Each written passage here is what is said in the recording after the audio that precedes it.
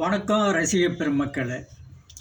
இன்றைக்கி நம்ம பார்க்க போகிற சேனலின் பெயர் ட்விஸ்ட்டு இருக்குது அப்படின்னு சொல்லி ஒரு சேனல். அந்த சேனல் அந்த சேனலில் போடுகின்ற எல்லா விஷயமும் அடுத்தவர்களுடைய மூளையும் அடுத்தவர்களுடைய படைப்பும் தான் அந்த சேனலுக்கு இருக்குது. இதுவரைக்கும் அந்த சேனலுக்கு சொந்த மூளை அப்படி என்பது கிடையாது. இப்போ நான் போட்ட கட்டப்பீடி, என்னுடைய கைத்திரையில் போடுகின்ற கட்டப்பீடி, அதை அவர் எப்படி தழுவல் பண்ணியிருக்காரு அப்படிங்கிறது தான் நான் சொல்கிறேன். சீனுக்காக தான் நான் சண்டை போட்டுட்ருக்கேன். இதையும் சொல்லிடுறேன். நான் ஒருத்தன் ரோட்டில் அங்கங்கே கட்டைப்பீடி குடிச்சு போடுற பீடியை எடுத்து மொத்தமாக கையில் சேர்த்து ஒரு இடத்துல வச்சு அவன் பிடிப்பான். இது கட்டைப்பீடி. பிடிச்சிட்டு அவன் பாட்டு உட்காந்துட்டு இருப்பான். இதுதான் கட்டைப்பீடி. இவர் என்ன தழுவிருக்காரு அப்படின்னா, ஒரு பெட்டி கடைக்கு போகிறாரு, ஒரு சிகரெட்டை வாங்குறாரு.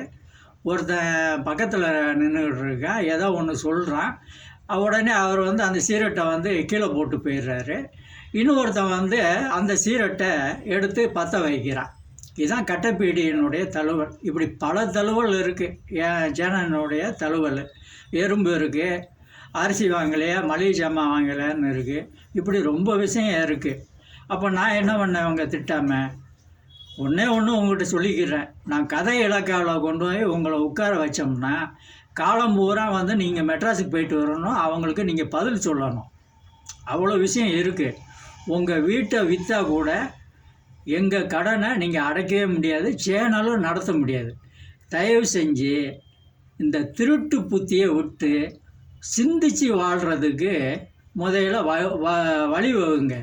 இந்த சேனலில் ரொம்ப பேர் தன்னுடைய படைப்புகளை இழந்தது அவங்களுக்கே தெரியாது. படைப்புகளை எல்லாம் தெரியாது.